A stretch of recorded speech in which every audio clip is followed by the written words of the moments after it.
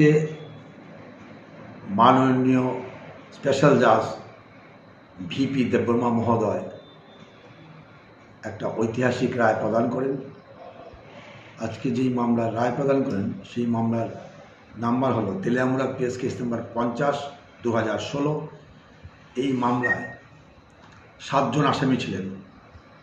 ঘটনার প্রকাশ 9/5/2016 বিকালবেলা ভিকটিম ওর বান্ধবী সহ অন্যান্য বন্ধু সহ দার্জিলিং টিলা তেলিয়ামুড়াতে বিকেলে বেড়াতে গিয়ে বাড়ি ফেরেনি। পরের দিন ভিকটিমের ডেড বডি পাওয়া যায় দার্জিলিং টিলা শ্মশান ঘাটের পাশে হদ্দায় রাস্তার মাঝখানে। এই মামলায় 7 জন আসামি অ্যারেস্ট হয়।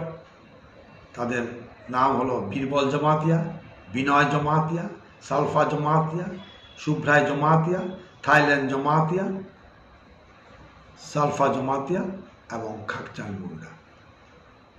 এই মামলায় আজকে পক্সো কেসে সালফা জমাতিয়ার 376D পক্সো 6 ধারায় 20 বছরের কারাদণ্ড মাননীয় স্পেশাল জাজ প্রদান করেন এবং 50,000 টাকা জরিমানা, অনাদে আরও 5 মাসের কারাবাস। 302 এই সেকশনে লাইফ ইমপ্রিজনমেন্ট, রিগোরাস আড়াই এবং 1 লক্ষ টাকা জরিমানা, অনাদে 10 মাসের জেল রায় প্রদান করে। এই মামলায় আয়ও ছিল সুমনুল্লাহ কাজী এবং তৎকালীন এসডিপিও তেলিয়ামুড়া আইপিএস অফিসার লাখি চৌহান। এই মামলার 69 জন সাক্ষী নাম দিয়েছিল প্রসিকিউশন সাইড। 47 জন সাক্ষীর সাক্ষ্যবাক্য গ্রহণের পর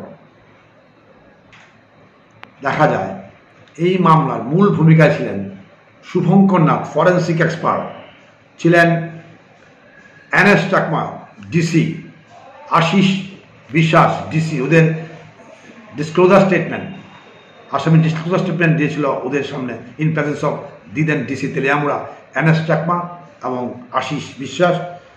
তাছাড়া আমাদের ফরেন্সিক এক্সপার্ট শুভঙ্কর নাথের অক্লান্ত পরিশ্রম এবং সর্বোপরি সমস্ত টিমের অক্লান্ত পরিশ্রমে প্রসিকিউশন এই মামলা প্রমাণ করে এবং learned court after perusing all the evidence এই সিদ্ধান্ত উপনীত হয় যে আসামি দোষী, সুতরাং তাকে লাইফ ইমপ্রিজনমেন্ট প্রদান করেন। এই পক্সো 20 ইয়ার্স এবং 302 লাইফ কনকারেন্টলি চলবে।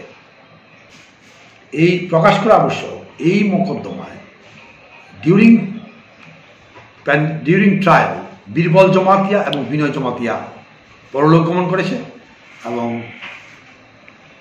খাকচান মুন্ডা সো অ্যাবসকন্ডার, অন্যরা কেস ট্রায়াল করছে। ওই কেসগুলি আবার ওদের চিলড্রেন কেস, ওগুলি আগামী দিনে জাজমেন্ট হবে।